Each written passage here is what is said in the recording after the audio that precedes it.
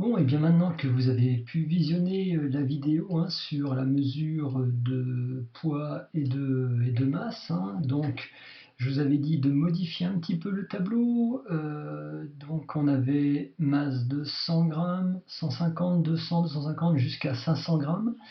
Attention, ici la masse elle est en kilogrammes, donc il fallait mettre 0,100, 0,150, 0,200, etc., etc. Voilà, donc corrigez si vous ne l'avez pas fait. N'oubliez pas de faire pause, voilà, parce que maintenant, eh bien, je vais mettre les réponses qu'il fallait indiquer d'après la vidéo.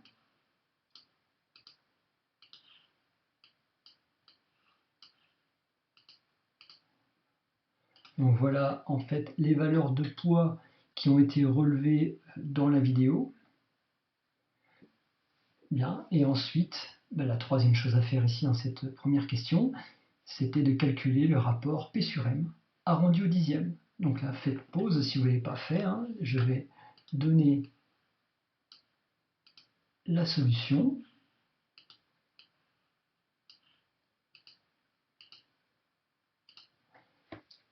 Et voilà les rapports arrondis au dixième. Alors j'ai oublié ici, en fait, le poids, automatiquement, si la masse est nulle, le poids est nul. Si on n'accroche rien au dynamomètre, ça va rester à 0 newton. Voilà. Bien, donc une fois que vous avez copié tout ça, il y a une remarque à faire. Donc qu'est-ce qu'on peut faire comme remarque?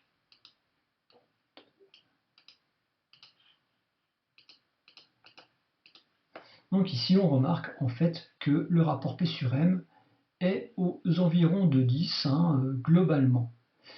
Donc ici ça veut dire donc que on passe de la masse au poids en multipliant par environ 10. Bien, ensuite, la deuxième question, il fallait construire un graphique sur papier millimétré avec P en ordonnée et M en abscisse. Alors bien sûr, si vous n'avez pas complété correctement la masse et le poids, je vous conseille d'essayer de le faire avant de regarder la suite de cette vidéo. Bien, alors, le papier millimétré, en fait, ici, voilà, nous avons du papier millimétré. J'ai été un petit peu vite, pardon, c'était pas ce que je voulais faire. Donc en fait, le problème, c'est voilà, les axes, comment on les trace, quelle longueur, et tout en respectant en fait la fiche méthode que je vous ai donnée sur le fait de tracer un graphique.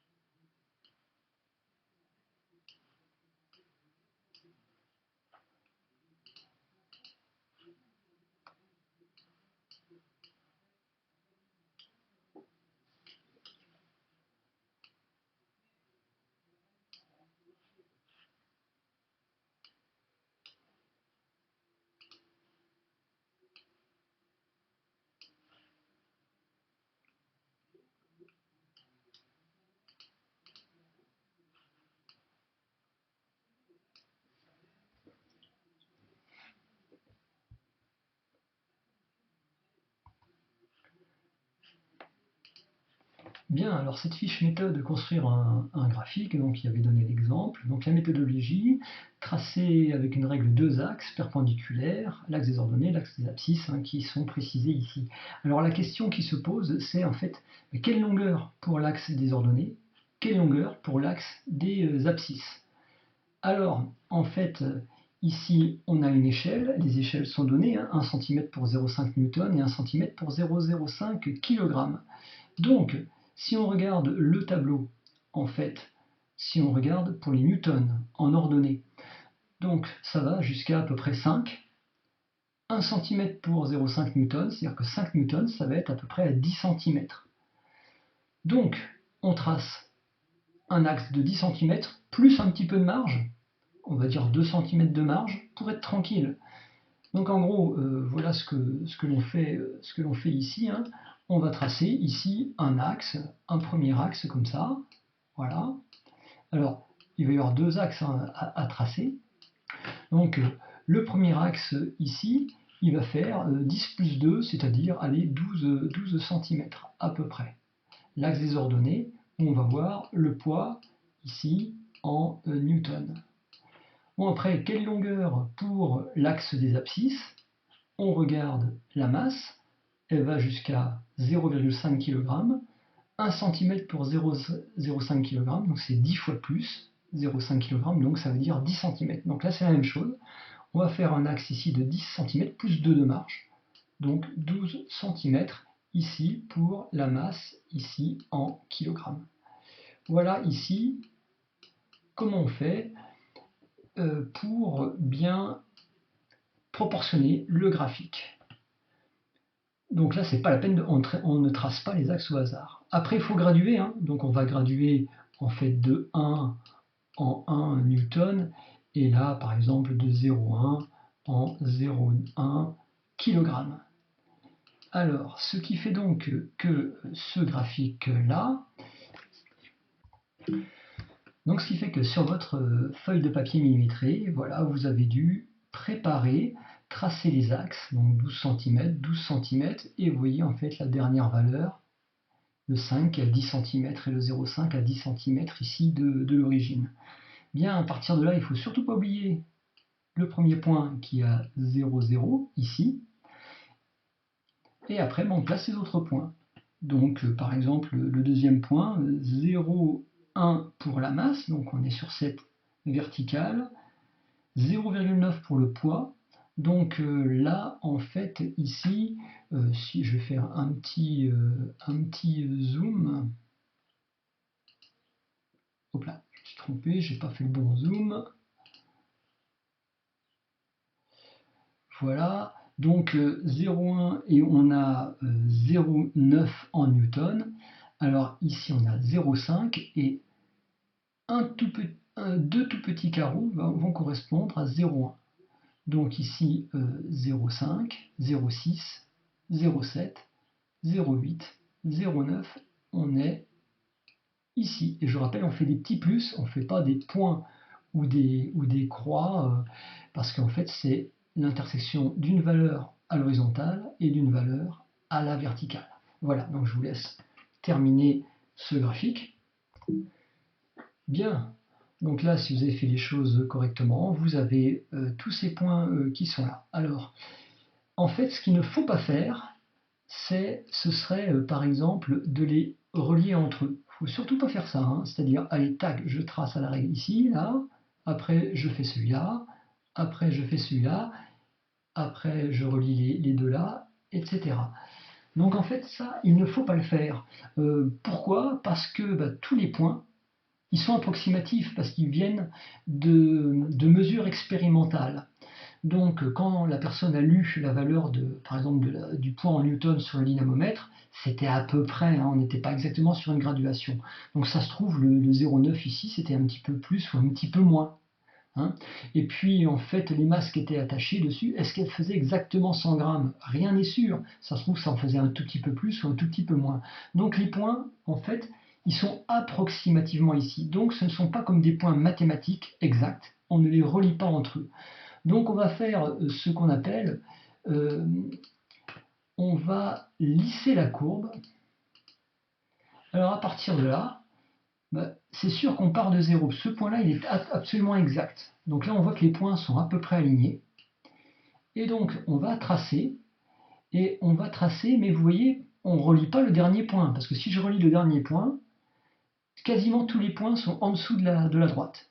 Donc on essaye de passer par le maximum de points, et qu'il y en ait autant qui soient en dessous qu'au-dessus. Donc là, vous voyez, par exemple, ici, hop, je trace comme ça. J'ai ces deux points qui sont en dessous, ce point-là qui est au-dessus, et la plupart des autres qui sont sur la droite. Voilà, bon, je vous laisse faire ça. Bien, maintenant que vous avez tracé la courbe, il y a marqué quelle remarque peut-on faire sur les points et que peut-on en déduire. Donc normalement vous avez dû répondre à cette question-là. Donc je vous laisse le faire. N'oubliez pas d'appuyer sur pause parce que je vais répondre maintenant. Donc voilà, en fait, ici, qu'est-ce qu'on remarque? On remarque que les points, en fait, ils sont alignés avec l'origine. C'est bien ce que l'on a ici, à peu de choses près. Donc, on considère que les points sont alignés avec l'origine. Et donc, que peut-on en déduire? Eh bien, on est dans le cas de la proportionnalité. Mais proportionnalité entre quoi et quoi? Entre ce qu'on a en ordonnée, le poids, et la masse en abscisse. Donc on en déduit donc que le poids et la masse sont proportionnels. Donc ici la petite remarque que je vous conseille de réécrire, d'écrire à la suite sur les points expérimentaux qui sont en fait des points approximatifs. Voilà. Bien, donc en fait ici cette expérience nous montre que le poids et la masse sont proportionnels. Alors quand on termine un graphique, ce qui est bien, c'est de mettre un titre. Donc là par exemple, évolution du poids en fonction de la masse. Bien, et on va passer maintenant, comme on a ici une proportionnalité entre P et M, entre le poids et la masse, la question est de retrouver le coefficient de proportionnalité, c'est-à-dire le nombre par lequel on multiplie ou on divise pour passer de P à M ou de M à P. Alors là, on va rechercher le nombre, le coefficient qui permet de passer de M à P. Alors, là je vous laisse chercher un petit peu, vous avez déjà un petit peu vu ça en mathématiques, donc faites pause et essayez de répondre à la question, quel est le coefficient de proportionnalité dans ce cas-là. Bien, alors on va voir deux méthodes pour calculer le coefficient de proportionnalité. Alors, la première méthode, c'est à partir du tableau. C'est-à-dire, comment on procède? Finalement, le coefficient de proportionnalité, c'est le nombre par lequel on multiplie cette colonne-là pour arriver à celle-ci. Alors, ce n'est pas tout à fait un tableau de proportionnalité, parce que là, il ne faut pas oublier que les valeurs sont approximatives. Donc finalement, pour trouver ce nombre, on fait tout simplement P divisé par M, et on trouve par combien on multiplie M pour arriver à P. Donc ici, le coefficient de proportionnalité, il est indiqué par cette troisième ligne. Mais là, on voit que les valeurs ne sont pas toutes les mêmes. Donc une méthode, c'est de faire la moyenne de tous ces rapports. Donc là, je vous laisse calculer la moyenne de ces rapports. La réponse est la suivante ici. On additionne 9, 9, 3, 10, etc. jusqu'à 10,2 et on divise par 1, 2, 3, 4, 5, 6, 7, 8, 9, parce qu'on a 9 couples de mesures. Et quand on fait le calcul, on trouve à peu près 9,8. Alors 9,8, c'est, on divise ici des newtons par des kilogrammes, donc c'est 9,8 newtons par kilogramme. Voilà, donc ça c'est la première méthode à partir des valeurs du tableau. La deuxième méthode, c'est à partir du graphique. Donc, on prend un point éloigné de l'origine qui soit sur la droite et dont les coordonnées sont faciles à lire. Par exemple, le point qui est ici, là, qui est sur la droite, qui correspond à 5 newtons et qui correspond à 0,5 kg. Donc à partir de là, pour trouver le coefficient de proportionnalité, on fait tout simplement 5 newtons divisé par 0,5 et on va trouver 10. On multiplie bien 0,5 par 10 pour arriver à 5. Donc en fait, voici la technique ici. on lit les coordonnées d'un point sur la droite qui soit éloigné de l'origine, et le point que j'ai dit tout à l'heure, on fait le rapport P sur N, et on trouve 10 newtons par kilogramme. Bien, alors, on voit finalement, on va faire une petite remarque ici, on ne trouve pas le même coefficient directeur, parce qu'ici on a 9,8 newtons par kilogramme, et là 10 newtons par kilogramme. Alors en fait, il ne faut pas oublier que les deux méthodes sont approximatives. Alors effectivement, dans le calcul, déjà les valeurs elles sont arrondies, ça vient de mesures qui sont approximatives, donc ça nous donne approximativement un coefficient directeur. Et de même pour le graphique, bon, le graphique, les points sont approximatifs, et en plus quand j'ai tracé la droite, j'aurais pu la faire plus pentue ou un peu moins pentue.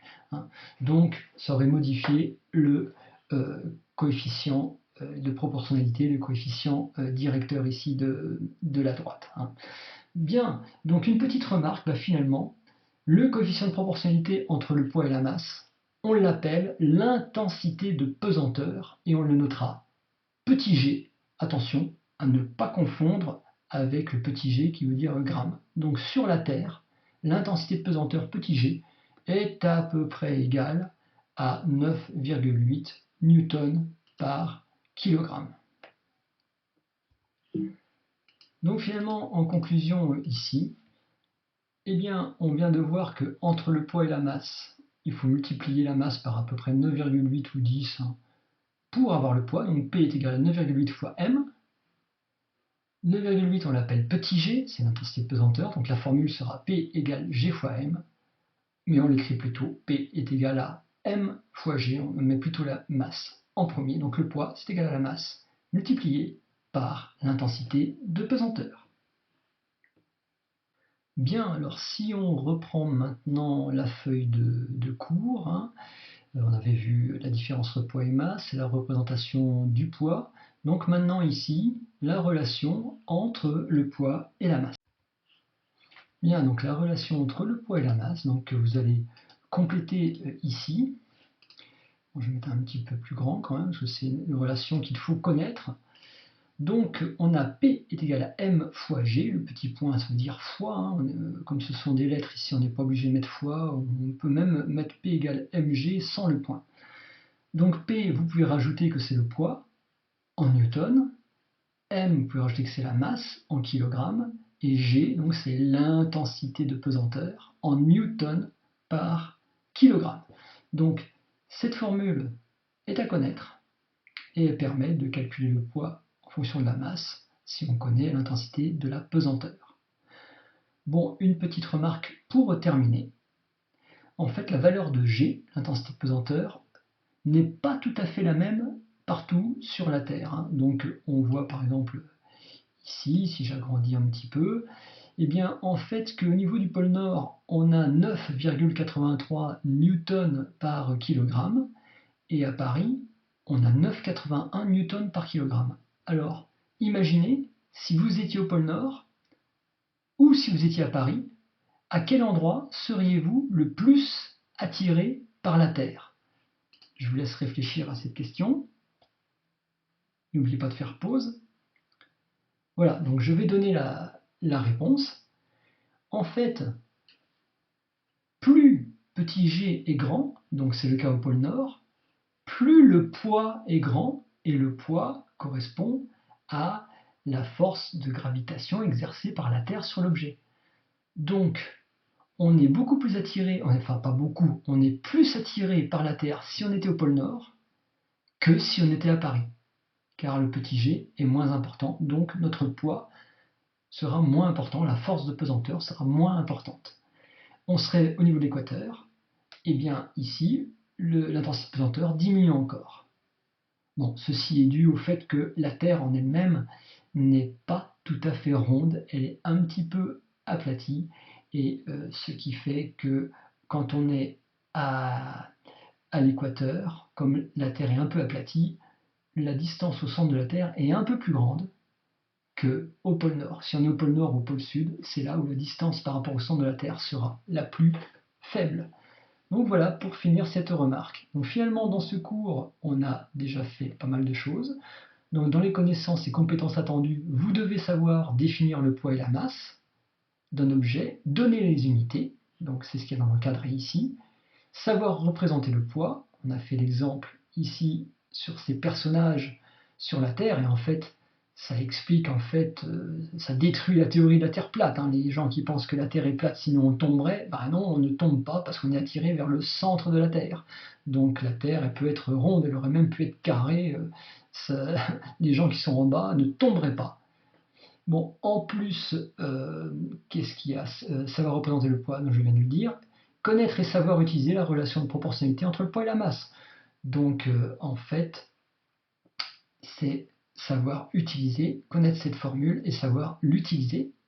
Et puis, savoir calculer la valeur de l'intensité de pesanteur à partir d'un graphique.